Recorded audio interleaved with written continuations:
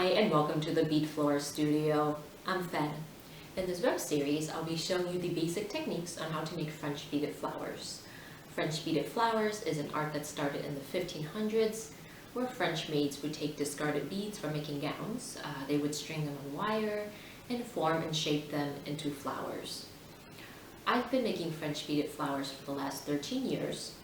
My work has been featured in magazines, the Huffington Post, and on TV. I was also part of GBK Productions' MTV Movie Awards and Primetime Emmys Celebrity Gifting Suites in 2012. I'm very excited about this new web series, so please follow along. I plan on having lots of fun projects up. Now, let's go over some of the basic supplies you'll need for making French beaded flowers. For beads, I like to either use Japanese or Czech beads in the size 11s. With the Japanese beads, I like to use the Matsuno Dynamites. You can get them in the 40-gram containers, or you can get them in the 500-gram or half-pound bags. There, with the Dynamites, there are lots of great color choices. It's great quality. The beads are very uniform in shape, and they're very affordable. And with the Czech beads, they come in hanks, and there are 12 strands of beads in each hank. There are tons of great color choices, very uniform, great quality, very affordable too. And with each hank, you'll get approximately 35 to 40 grams. Let's talk a little bit about wire, the type of wire to use and when to use them. I normally like to use either 24 or 22 gauge wire, depending on the type of wire that it is. Right here I have pair wire that is a copper core and silver plated. What that means is that the inside of the wire is copper and it's plated with silver, and because it is copper, it is more soft and pliable, and that's why I like to use a 22 gauge wire to give the flowers more of a stability. Here we have artistic wire. It is basically the same as pear wire. It is a copper core, silver plated. So if I'm using 22 gauge in artistic wire, I can do the same with pear wire. And it's basically interchangeable. Moving on, let's talk a little bit about some of the wires that you can find at the craft store. I have these two spools of wire here. They're both Daris brand. They're both 24 gauge. And the only difference is that this one here is made in Taiwan, this one here is made in Pakistan. Now, even though they're both the same brand and same gauge, it is not the same wire. This one here that was made in Taiwan is a galvanized steel wire, and it is very sturdy, and it's basically this equivalent of a 22 gauge copper core wire. And this one here that was made in Pakistan, I'm not sure what type of wire it is. It doesn't say in the package. But it feels like it is a 26 gauge wire. It's very soft and flimsy. Other wires that you can find at the craft store are paddle wires. I have the green here. They also have silver. I like to use the 22 gauge for leaves.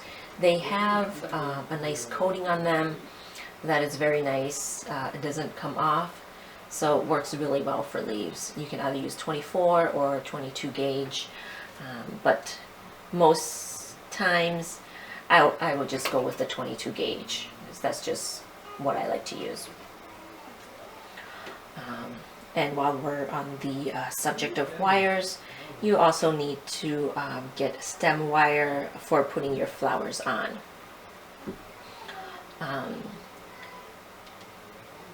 This is 12 gauge. You can also get, you can use either 12 or 14 gauge. What I've done in the past is using those really sturdy wire clothes hangers, cutting those up and using that as my stem wire, and that works really well. And I've ran out of hangers, so now I'm back to using just regular stem wire. And then another wire that you will need would be either 32 or 34 gauge wire. It's very, very thin, and I use this for either assembly or lacing.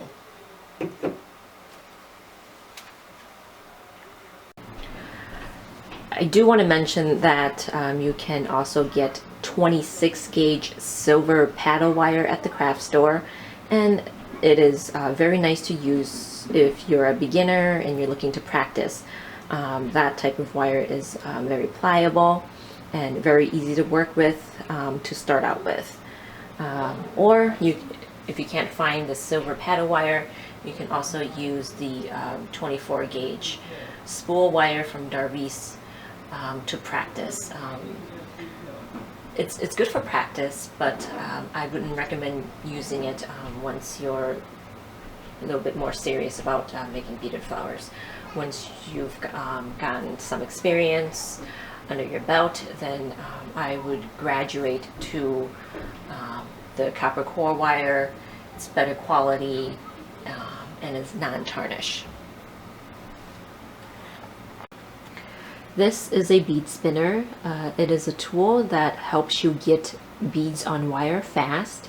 If you are serious about making beaded flowers, I definitely recommend that you invest in a bead spinner. I'm going to show you how to string some beads on wire. So let's open this up here and dump the beads in. Shake it out a bit. And get the wire and the spool. Make a loop here. Spin.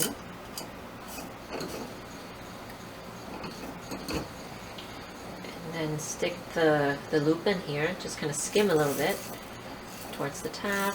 Don't just shove it in there. Just skim the top gently.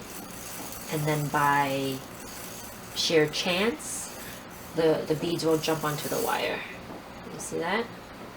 Just kind of bring it down the wire, and then we'll string some more. Spin.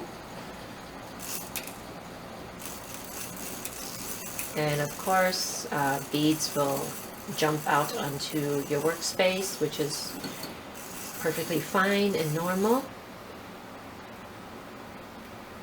It definitely takes some practice to do, but with a little bit of practice, you can definitely string a lot of beads on your wire very fast. See that?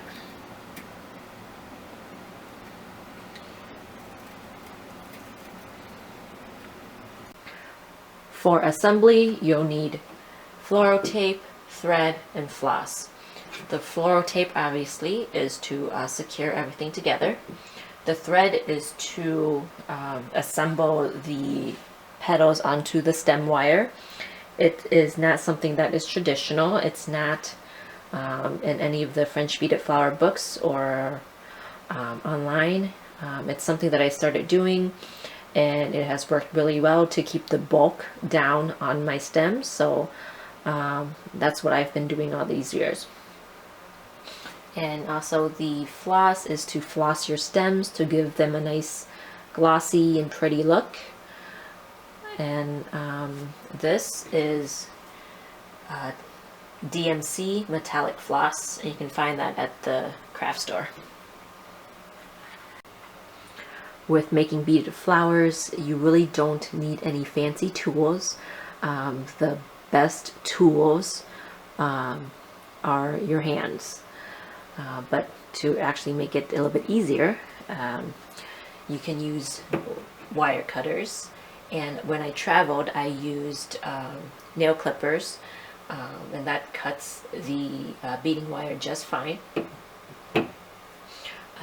Needle nose or chain nose pliers, and round nose pliers. And thanks for watching. In the next video, I'll show you the different ways to string beads on wire.